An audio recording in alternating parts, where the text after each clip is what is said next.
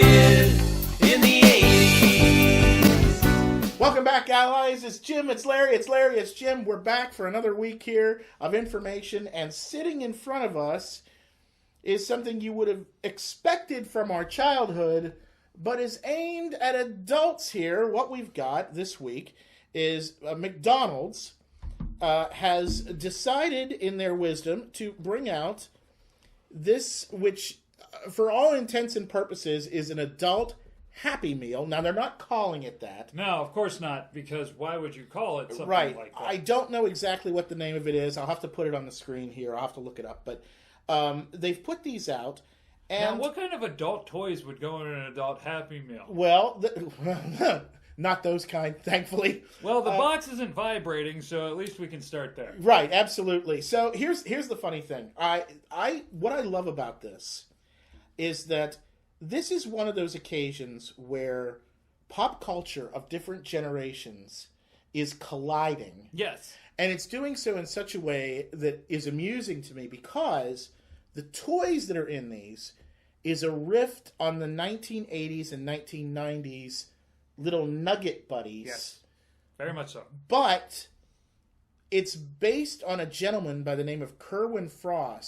And I don't know about you, I have no idea who this human is. Well, this human... Do you know? First of all, did you know who he is before you looked it up? Not a clue. Okay, so this is where I'm saying that this is how I know that you and I have reached the age where we're old, officially old, because we don't recognize the new pop culture reference. Well, I don't think that we're old per se, but we definitely have moved on. Or moved back. Or moved back. We're stuck in the 80s, my friend.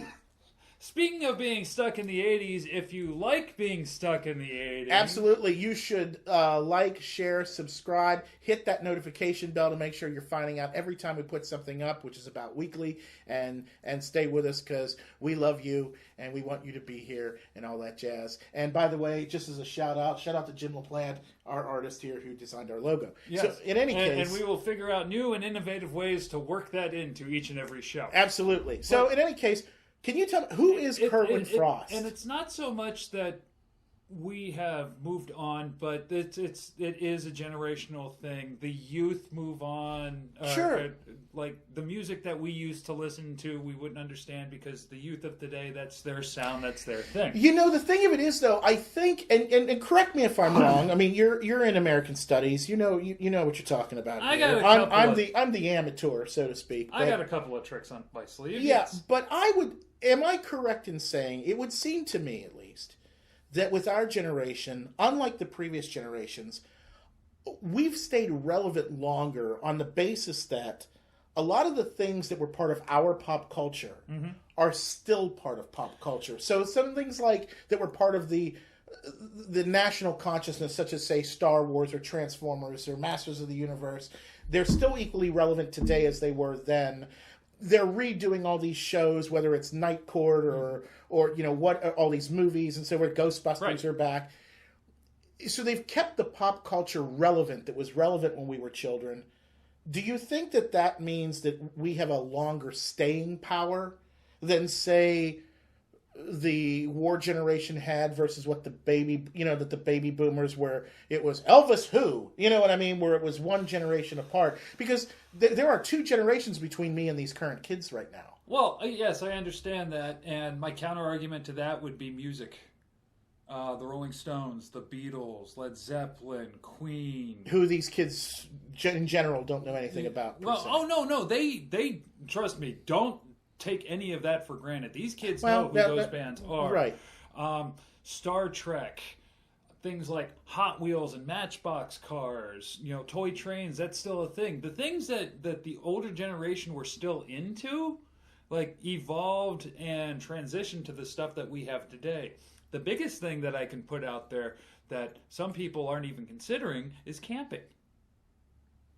Well, yeah, no, I would never have thought much of that, but I guess that sort of has fallen into... Yeah, the only innovation with camping that I have seen is you can stay warmer in a cold place. Yeah, or glamping. Or glamping. That's what the kids call it, where you have the vehicle or the whatever. That's what I do. Right. Right.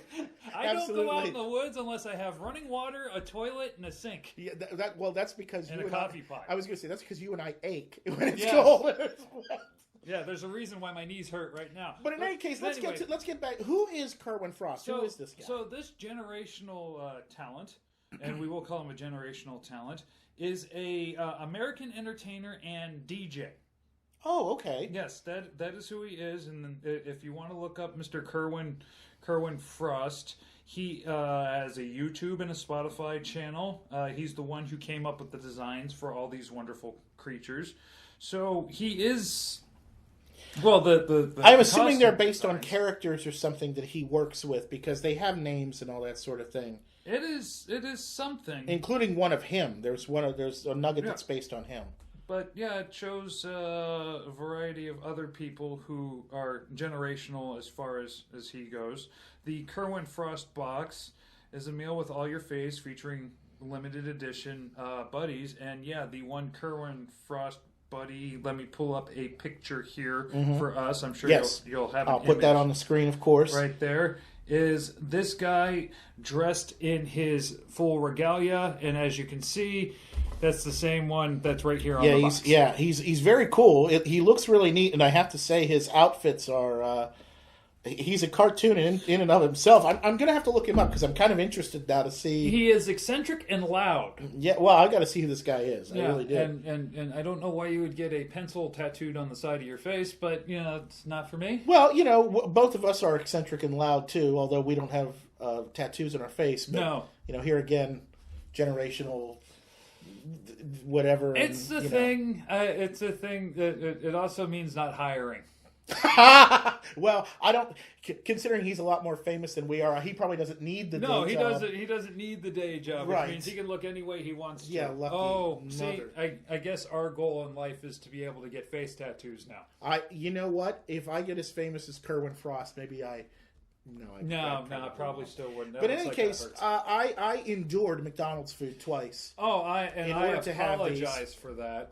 There is no food in these. I've already consumed it because I was hungry and I'm fat. So I went ahead and I ate these. But what comes in the box? You can either get a 10-piece nugget meal or a Big Mac meal.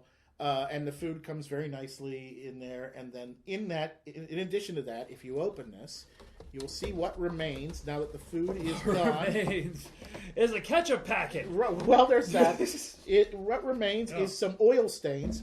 And this little box. Now, yeah, that's very, very interesting. This was the first one I had, and I already had opened this to check this out. Of course you did. And this is what caused me to get a second one. Was I wanted to be able to show when you get the boxes, if you haven't gone out and bought one of these already, you'll notice that there is a McDonald's sticker right here that closes us out, meaning that the people at the store do not know what is in the box, nor do you. So it's a blind box that you get. You don't know which nugget you're going to get. Doesn't it ring back to those days when I don't know if you ever worked fast food. You ever work fast food? I did. Okay. I worked at Wendy's when I was in high school. Okay. I worked at Burger King. Okay. And you were allowed to pick and choose the toys that came in, and of course... We were not allowed to do that. Really? We couldn't go anywhere near them. No, absolutely not. We would have got in trouble for that. Oh, never mind that. Yeah, we weren't allowed to do that. But here's what I will say. What I do remember is people asking for certain toys. So the reason I wanted to point this out, if you go to McDonald's, please don't give the poor McDonald's workers a hard time. They have no idea what's in the box. Yeah. They are sealed, and that's why I bought the second one, actually. It wasn't so we both could have one. It was so that I could demonstrate that these are sealed. There's no way for them to know. But you get a blind nugget. You get one of 6 of them. We've got, let's see if we can read with Kerwin Frost himself. We have one called Wafutu, Darla, Uptown Mo, Don Bernice, and Brick. I have no idea who these nuggets are. No clue. And of course, all their outfits are interchangeable, and you can have good folderol with them. But let's take a look. Yeah, let's get one of these open. And here I have no fingernails, so I'm gonna. Oh, it comes in this Yeah, isn't that neat? It's further. Comes in this paper. Oh, and you get a trading card. Yeah, I thought that's pretty cool. I thought that was neat, and apparently it tells you a little bit about the Nugget here. Okay, who I am assuming is based on somebody. It turns out this is Uptown Mo. He dips in spicy buffalo. He's a motivational speaker and a tough love specialist. He is the heart of the city. Frostway's finest, carries the block on his back. Keep your ears to the street and your eyes to the sky. Now, that's actually kind of prophetic. I should get. Yeah. Like now that. I have Brick, and he's this little ice-looking guy, and it says here he dips in McFlurry. I would never have thought of dipping a nugget in McFlurry, and now I'm somewhat. You're going to try it, aren't you? I probably am. You're going to go get one of the McRibs that they come out with like 4 weeks later, and don't you cringe when you hear McRib? Listen, you used to be all over. Oh, no, I'm still about the McRib. I am you not used to mainline McRib. I still mainline a McRib, but I am not about to pervert a McRib, corrupt it by dipping it in any other nonsense. Just give me the McRib. What if you take a nugget and you kind of like rub it on the McRib? On the barbecue sauce? I'm fine with the nugget in the barbecue sauce. I'm fine with a nugget on the McRib because I'm just going to let my inner fat guy flow. But we're not doing the more power to you. We're not doing the McRib and the McFlurry. No, but it says here, cooler than a polar bear's paw. Yeah, okay. Got stuck in the ice cream machine, is permanently frozen, and low-key nervous but cool under pressure, and he's quoted as saying, "I'm way too cold." So that is the McNugget buddy there. It's almost as if we got our own prophetic McNugget buddies. Well, in a manner of speaking here, now we've got the little paper that is... I do like the paper. The unwrapping process is very nice. Yes, and it's very reminiscent... Oh, look at that! Yeah. It's very reminiscent of like getting one of the burgers or something. Because I like this guy. Yeah, look at that. Okay, so what you're getting right here is you're getting the nugget himself. Okay. Yeah, and then you get all the little accessories. Then you get the outfit. Now, does your face look different? Yeah. Oh yeah, they're different faces. You got the blue eyeshadow. Look at that. Yeah, so you could do, you could crisscross or do whatever you wanted to do, and. These are kind of neat, and look at that. And I, although I did not pick up one of the classic ones in order to compare, I can tell you just by looking at it that I would say about 90% certain that you could interchange these with the original ones. They look to be identical sizes. If I am wrong, I apologize, but it looks to me like you could really just. Look, you could put his hat on backwards. Yeah. Now I'm not a McDonald's collector per se, so.